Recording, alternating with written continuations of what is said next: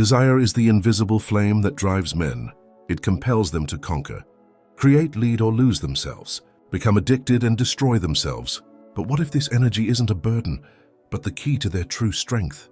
We live in a time where men waste their energy on clicks, empty compliments, and digital addiction. Meanwhile, history's greats, like Nikola Tesla and Napoleon Hill, have discovered a secret few dare to tap into. Male desire can be transformed into creative power, wealth, focus, and legacy. Why do most men feel weak, lost, and without purpose, even having access to everything? Because they have learned to follow their desires but never master them, and this destroys them from within.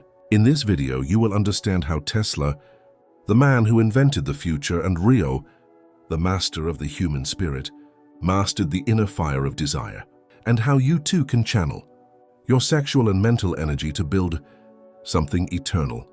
Desire is like electricity. Misdirected, it burns, but when controlled, it lights up cities, builds empires, and transforms man into an unstoppable force. Every human being is born with a fire that cannot be seen.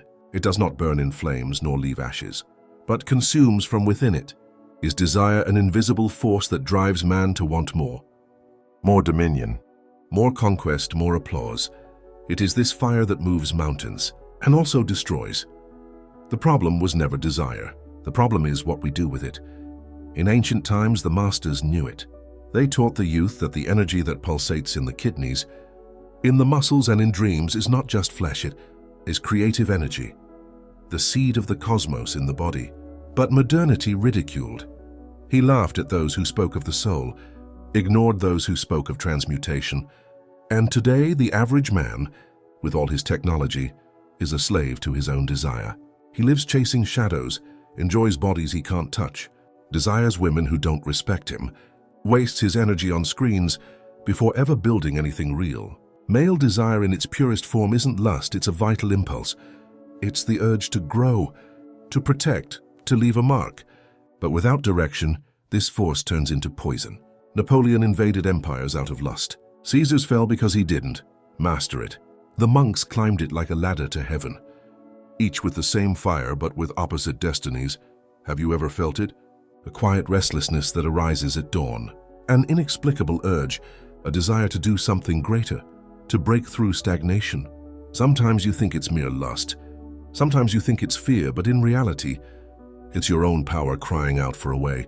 Modern society, however, offers distractions, not directions.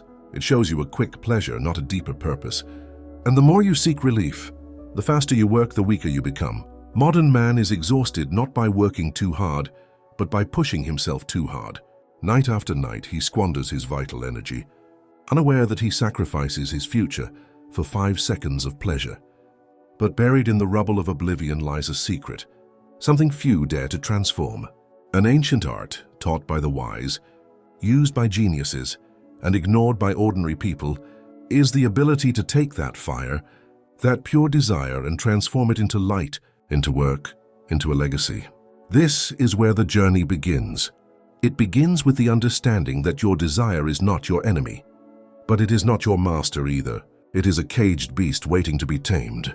You can ignore it and it will devour your soul, or you can train it and it will guide you to the gates of immortality. Tesla knew this. Napoleon Hill explained it. Great men have built eternal life because they learned to focus and channel what others only waste. And if you've made it this far, it's no accident. Perhaps the same fire consuming the world is out there right now. It begins to transform into a torch within you. This torch lights the path of the new human being. A man who doesn't chase the crumbs of pleasure, but delights intentionally. Who doesn't submit to algorithms, but masters his own mind. Who doesn't fear his desire, but rides it like a wild horse toward its destiny. Nikola Tesla wasn't just an inventor.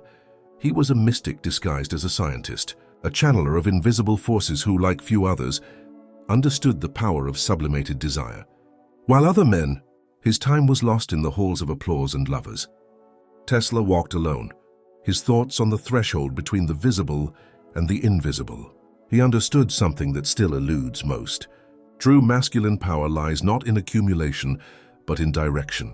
Tesla didn't repress his desire. He transformed it. Every impulse that could lead him to pleasure, he turned into a project, Every inner flame that sought release, he channeled into inventions that would change the world. He remained celibate not out of weakness, but because he chose this because he knew that carefree intimacy was a price his mission couldn't afford. He didn't need pleasure, he needed concentration, and at this he became unbeatable. A recurring image appears in his biography. Tesla walking alone through parks, visualizing entire engineering projects in his mind, before even committing them to paper. This isn't just intelligence, it's creative energy channeled with such purity that it transcends the limits of matter. Its desire transformed into vision, its sexual power transmuted into electric light. Many mocked his solitude. They called him from eccentric and strange to isolated. But while they laughed, Tesla wrote the future with his hands. He wasn't controlled by the need for acceptance. He was driven by an inner fire that grew ever more refined, concentrated, and sacred. And the more he mastered his energy, the more his mind opened to ideas that seemed impossible. Tesla said, "The desire that guides me in everything I do is to put the forces of nature at the service of humanity." Notice he didn't say control or power, but service. The desire for him, it wasn't a path to personal gratification, but to transcendence. He saw the male drive itself as a force to be enhanced, not consumed. While so many men seek pleasure for themselves, Tesla sought to contribute. That's why his work endures. In today's world, this seems absurd. A man who doesn't seek pleasure, a genius who rejects seduction. But it is precisely this renunciation that made him great. He didn't run away from the world. He shaped it from within. His sexuality wasn't lost in casual relationships. It became motors, coils, alternating current, radio waves. This isn't just science, it's masculine alchemy. But Tesla's lesson isn't abstinence, it's channeling. It's not a model of repression, but of transmutation. It shows us that when man refuses to live as a slave to his desires, he begins to become the master of creation. And in today's world, where algorithms hijack attention and dopamine dictates the course of the soul, remembering Tesla is an act of rebellion. He didn't have social media, but he left digital traces in the physical world. He didn't have children, but he gave rise to ideas that still endure among us. He died alone, it's true, but his name enjoys greater respect today than that of many others who died surrounded by empty glory. Tesla reminds us that the energy of desire can be the storm that destroys or the lightning that illuminates civilizations. The choice is yours. In 1937, a man wrote a book that would quietly change the course of thousands of lives. His name was Napoleon Rio. His work was Think and Grow Rich, but among the chapters that speak of faith, perseverance, imagination, and purpose, there is one, hidden and ignored by many distracted readers. Chapter 11, titled The Mystery of Sexual Transmutation. He called it a mystery, and with good reason, because he wasn't talking about finance or business here. He was talking about the power of a force that, if misdirected, ruins kings, but if transmuted, turns ordinary people into legends. It was as if Rio was saying, if you want true wealth, control your desire. And hardly anyone understood Rio. Noticed something shocking. The most successful men in history were driven by an intense sexual desire, but they weren't slaves to it. They took that raw energy primal, almost animal. They directed their energies toward creation, construction, and innovation. They didn't waste them on pleasures, but rather developed them further. He cites Edson Ford Carnegie, men who not only worked hard, but transformed their inner energy into lasting works. Rio explains that this energy, properly channeled, amplifies everything: courage, perseverance, creativity, personal magnetism. It's like igniting an inner engine that burns more strongly and purely, but is far away. But Rio also warns, most men will never do this. Why do they live like addicts? Addicted to stimulation, validation, and instant gratification? They confuse desire with compulsion and live seeking relief, without finding meaning. The code Rio revealed isn't about abstinence, but about self-control. It's about choosing what to do with the most powerful energy you carry within, the energy that makes you wake up early, motivated by the desire to be admired, to conquer movement. This power can be squandered or refined. Imagine for a moment all you've wasted on clicks, empty messages, sleepless nights, and passions. Now imagine if all that energy were redirected into learning a skill, writing a book, starting a business, shaping your body, improving your mind. That's transmutation. Rio writes, "Sexual energy is man's greatest driving force." And he says this not as a moralist, but as a strategist. He knew that behind every male conquest was always the desire to be seen, desired and honored. But he also knew that great men didn't pursue that. They built something so powerful that the world came to them in practice. This is not mysticism, but redirected biology, but applied psychology. It is the choice not to give in to impulses, but to use them as an impulse. Every time you deny an immediate desire for a higher purpose, you don't lose. You gain, you sharpen, you strengthen. Today's world makes this almost impossible.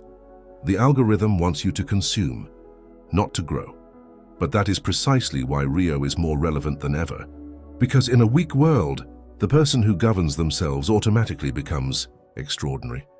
And perhaps that is the true code. Forbidden in Rio, power lies not in willpower, but in channeling it. It lies in transforming the excitement of the flesh into creative stillness. It lies in mastering oneself and, therefore, mastering one's destiny. Never in human history has man been so surrounded by promises and yet so empty inside. In a single day, you see more bodies, more invitations to pleasure, more artificial dopamine than your ancestors saw in their entire lives. But with all this abundance comes a silent deficiency, a lack of willpower towards true masculine strength. Modern man has not only been distracted, he has also been emasculated by convenience. His life energy, once invested in hunting, protecting and building, now seeps into 15-second video clicks, into fantasies that vanish the next moment. Pornography, filters, likes, all of this is not just entertainment, it's a drainage system, a carefully engineered network to transform desire into weakness. What was once a creative impulse is now an instant download. What used to move civilizations are now lost in dark rooms, on garish screens in nights without memory.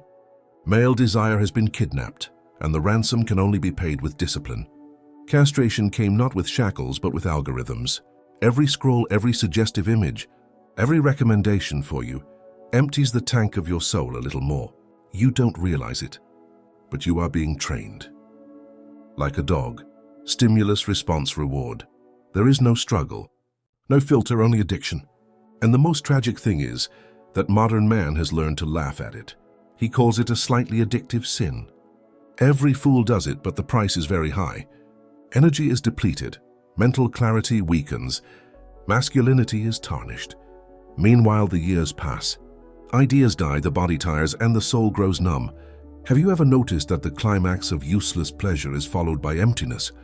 That feeling that you could be doing something better, that you're wasting your time, that you're wasting your youth, your strength, your ability. It's not a casual thought. It's a call to conscience, but most people ignore it. Choose another video, another empty conversation, another escapade. Rio now. He warned, the man who controls his desire is exceptional and, precisely for that reason, valuable. The world doesn't want you to be that kind of man. The world benefits from your distraction. The more you seek immediate pleasure, the less you build. The more you consume, the less you create. This is how empires crumble from within. Masculinity isn't about shouting, showing off, or dominating others. It's about mastering yourself. It's about silencing your inner cries for relief and responding with purpose. It's about using desire as a bridge, not a prison.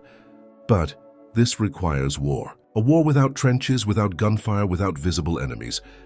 A war against habit, against convenience, against the inner cowardice that prefers distraction to discipline. And in this war, victory comes not with glory, but with freedom. The freedom to wake up and have the energy to sit and create, to look at the world and know that I am no longer manipulated, that I am in control of myself. This is the beginning of true power. Desire doesn't need to be repressed. It needs to be redirected.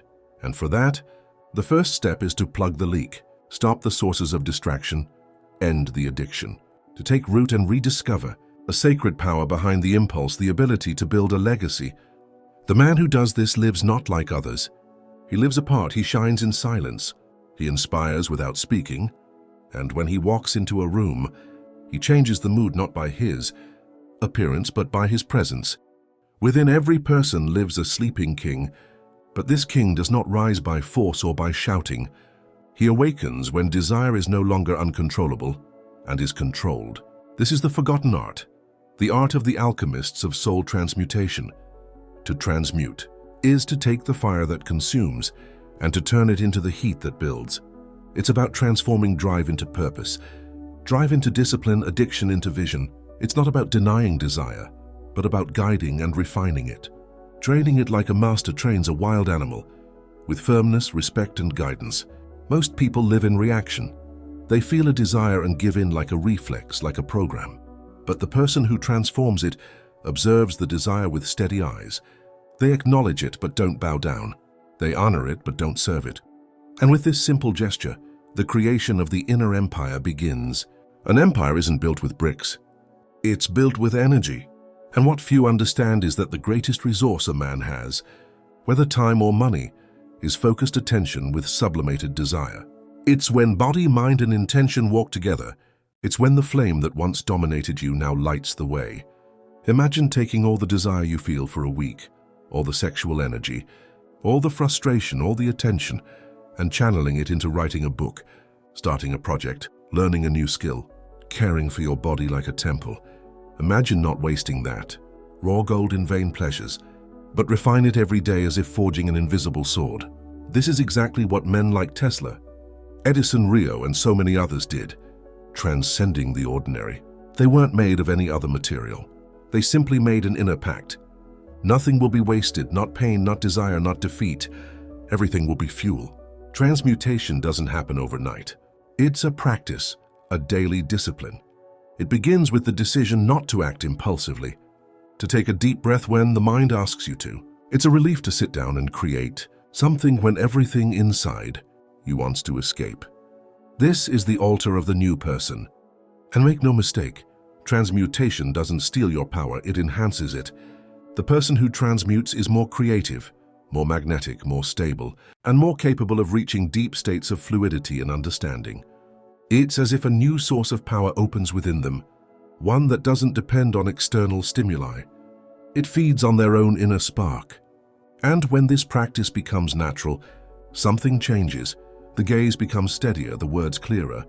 The body is more present, the soul is calm. It's becoming rare, and that's precisely why it's valuable. Transmutation is the secret that no one teaches, because it's not sold, bought, or shared in viral posts. It's silent, invisible, but it transforms everything it touches. If you manage to surpass yourself for 7 days, you'll feel the difference. In 30 days, you'll be a different person. In 90 days, you'll be on a different spiritual plane. And in a year, no one will recognize you. Because while everyone was looking for distraction, you were looking for focus. While everyone was emptying themselves, you were filling yourself. The true kingdom hasn't begun. The outside begins within, and the raw material is desire. Transformed, exalted, honored. All are born with instincts, but few choose to leave them behind and walk into eternity. Most die without ever wondering, what if this desire I feel is not a mistake but a bridge? A bridge connecting the animal I was to the creator I can become. Desire is raw, wild, urgent. It wants it now, it wants more. But immortality takes patience. It takes carving stone. It takes looking into fire without getting burned. And few have that courage. Most people trade the eternal for the immediate, silence for emotion, construction for consumption, legacy for distraction. Nikola Tesla died without money, without family, without honors in life, but he left waves that still blow in the air, a light that still illuminates our homes, ideas that still inspire dreamers. His body is gone, but his energy was transformed into something that remains. He passed through the door of longing and found the path to immortality. Napoleon Hill didn't write beautiful phrases to win applause either. He was description of a path, a hidden path, a code that many ignored because it was too difficult, because it demanded renunciation, because it demanded self-respect without addiction, faith without applause, concentration without the guarantee of immediate reward. And here comes the big question. Are you building something that will last beyond your youth, beyond your body, or are you simply satisfying impulses that will leave no trace of who you are tomorrow? For the man of vision, immortality doesn't mean living forever. but making something that will last after him. It can be a job. He characterizes the family as a spiritual inheritance. However, this only occurs when instinct is transformed in a direction, when the energy that once sought pleasure now seeks meaning. The development of male desire is not repression, but maturity. It means leaving behind the phase in which a man seeks to be admired and entering the phase in which he desires to serve, leaving behind something greater than himself. It's not about containing the fire, but about lighting it in the right place. Desire must be accepted but not obeyed. It must be listened to but not idolized. If you feel this impulse, deep down, whether for pleasure or validation, pause and ask yourself, what is this teaching me? Where can I best harness this power? Ordinary men spend it. Conscious men invest. They know that every drop of redirected desire is another brick in their inner temple. They know that time passes, and the world doesn't need more followers of even more distracted ordinary men. It needs builders, leaders, and masters of themselves. The good news, you don't have to be Tesla or Rio, you just have to be yourself. But at your highest level, a version of you that doesn't give up, that doesn't beg for attention, that silences the noise of the world to listen to your inner calling. This calling is real and demands one thing: developing your desire, transforming lustful instinct into legacy, chaos into clarity. Because in the end, the only thing that endures over time is not what you had, but what you built with what you felt. Immortal is not someone who never dies, but someone who is never forgotten. There comes a moment when a person stops simply surviving and begins to exist with a purpose. This moment is not. He arrives with glory and applause. He arrives in silence. In the face of temptation, man says no. In the face of fear, he says now. And in the face of distraction, he answers, I choose to build. This is the birth of the unbreakable man, not the perfect man, but the complete man. The one who stopped chasing everything the world offered him and began moving toward what only he can create. The man who understood that it is not about resisting desire, but about mastering it and therefore mastering himself. Being an interceptor means more than resisting desire. Weakness means living with purpose while everyone else is lost in pleasure. It means having discipline in times of chaos. It means walking through the world with your head held high while the whole world screams for likes and approval. You may have seen this man once or twice in your life. He walks into a room and changes everything. He doesn't speak loudly. He doesn't try to get attention, but his energy is pure, firmly centered. He doesn't need to say he's strong. He is because he won the greatest battle of all, the one he fought within himself. This man is rare, but he's not a myth. You're hiding under layers of conditioning, fear, addiction, and fatigue, but it's there, waiting for the moment you truly decide to stop wasting energy and start forging your destiny. You don't have to change everything at once. You just have to decide that starting today, your desire will no longer be your master. It will be your fuel. And with that, your days will have a different quality. Your mind will be clearer, your body will have more strength, and your soul will finally find rest on the right path. You don't need to be admired. You need, and that only happens when you show the world your best version. And that version begins to develop when you channel your desire not to achieve pleasure, but to offer meaning. It's time to stop hiding. It's time to break the cycle of distraction, to abandon the addiction to recognition, to silence the outside noise and listen to the inner call. Our generation no longer needs handsome, funny, or popular men. It needs men who are present, stable, and indomitable. Men with vision, with goals, with passion, but also with direction. Men like Tesla, men like Rio can become men like you. Listen carefully. If this message has touched something in you, if there's a part of you that still resists, still dreams, still wants more from life, then you belong to our community. We are seekers, men and women, who have decided to go beyond the ordinary, who refuse to be one of the crowd, who seek wisdom, depth, and truth. Even when the world offers shortcuts, the door is open. The path is lonely, but you don't have to walk it alone. Join the community and share your journey. Read the comments, say, I choose to channel my energy. Share this video with anyone who needs a little encouragement. Thanks for being with us.